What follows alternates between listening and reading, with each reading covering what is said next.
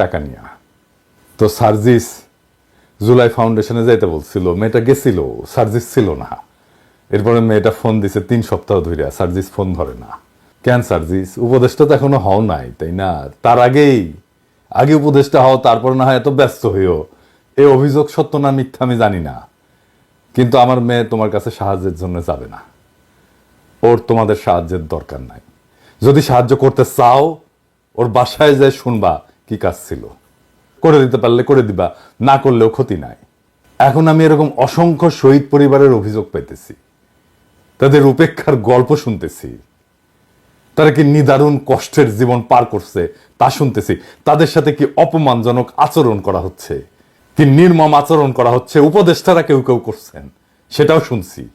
আমি রেকর্ড রাখছি। আমি সাবধান করে বলতে চাই, শহীদ পরিবারের সাথে এই আচরণ বন্ধ না হলে আমি কলে সবার নাম কয়ে দেব কে কি আচরণ করছে। শহীদ পরিবারের সাথে এই নির্মম আচরণের জবাব কিন্তু জনগণ দিয়ে দেবে, জানাই দেব সবাইকে।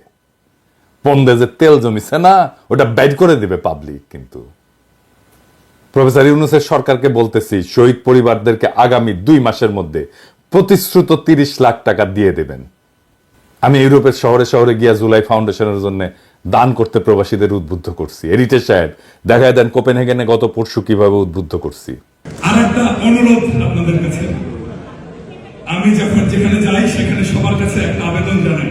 আপনাদের কাছে একটা আবেদন, আমাদের জুলাই আগস্ট বিপ্লবের যারা শহীদ হয়েছে, যারা আহত হয়েছে, তাদের জন্য সরকার থেকে জুলাই ফাউন্ডেশন বলে একটা ফাউন্ডেশন গঠিত হয়েছে। আপনারা জানেন সেই জুলাই ফাউন্ডেশনের আপনাদের আজকের দিনে আপনারা যে যা পারেন দান করবেন, সরকারি ফান্ডে যাবে।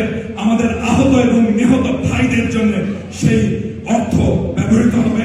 আমি আয়োজকদের কাছে সাইটের ঠিকানা দিয়ে গেছি, আপনারা ক্রেডিট কার্ডে পেমেন্ট করতে পারবেন, ব্যাংক ট্রান্সফার করতে পারবেন।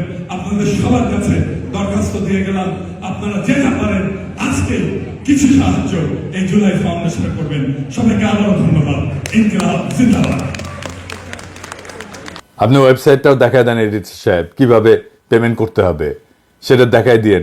ডেসক্রিপশনে লিঙ্ক দেওয়া থাকলো, আপনারা যে যা পারেন সাহায্য করবেন। বিশেষ কইরা প্রবাসীদেরকে বলবো, বাংলাদেশে এই জুলাই ফাউন্ডেশনে ডোনেট করলে, দান করলে আপনি